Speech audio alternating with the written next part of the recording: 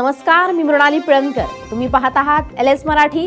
सकाळचे 10 वाजतायत. पाहुयात राज्यात काय घडामोडी घडतायत. सिया चेतनला आज न्यायालयात हजर केलं जाणार. 5 दिवसांच्या पोलीस कोठडीत अनेक पुरावे पोलिसांच्या हाती लागलेले महत्त्वाचे धागेदोरे न्यायालयात सादर केले जाणार. साकीनाका येथे मॅनहोलमध्ये पडून व्यक्तीच्या मृत्यू प्रकरणी कंत्राटदार काळ्या यादीत, 4 अधिकाऱ्यांचं निलंबन, मृत व्यक्तीच्या कुटुंबियांना 10 लाख रुपयांची मदत. पुण्यात ठेकेदाराच्या निष्काळजीपणामुळे 2 वर्षीय चिमुकल्याचा पाण्यात बुडून दुर्दैवी मृत्यू. खड्ड्यांमध्ये पावसाचं पाणी साचल्यानंतर घरासमोर खेळताना 2 वर्षीय सोहम कसबे याचा पाण्यात पडून मृत्यू झाल्याची माहिती समोर.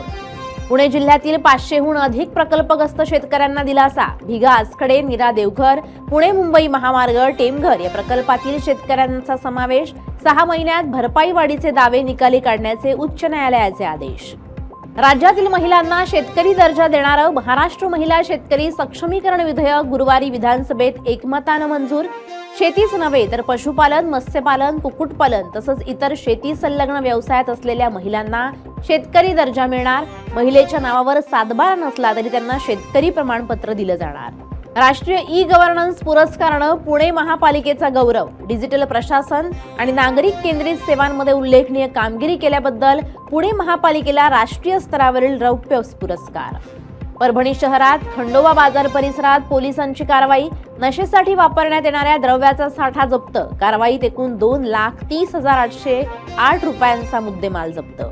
परभणी तालुक्यातील पोरवड येथे कूलरचा शॉक लागून एका 6 वर्षीय मुलाचा मृत्यू. घटनेमुळे कुटुंबासह परिसरात शोककळा. वाशिममध्ये अनसिंगच्या मुख्य रस्त्यावर खड्ड्यांचा विळखा. खड्ड्यात ट्रक अडकून 2 तास वाहतूक ठप्प. मोठी दुर्घटना घडण्यापूर्वीच रस्त्याची तातडीनं दुरुस्ती करण्याची मागणी.